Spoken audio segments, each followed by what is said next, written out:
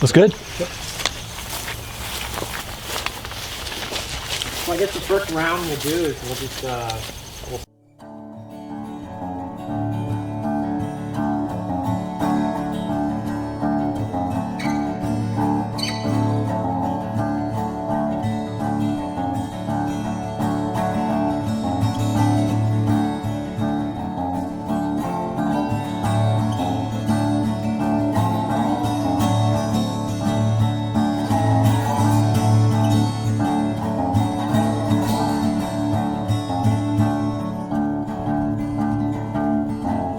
Uncle Jim, can you tell us something about the shotgun? Shotgun is a Winchester 1300. It's my turkey gun. I own a few of them.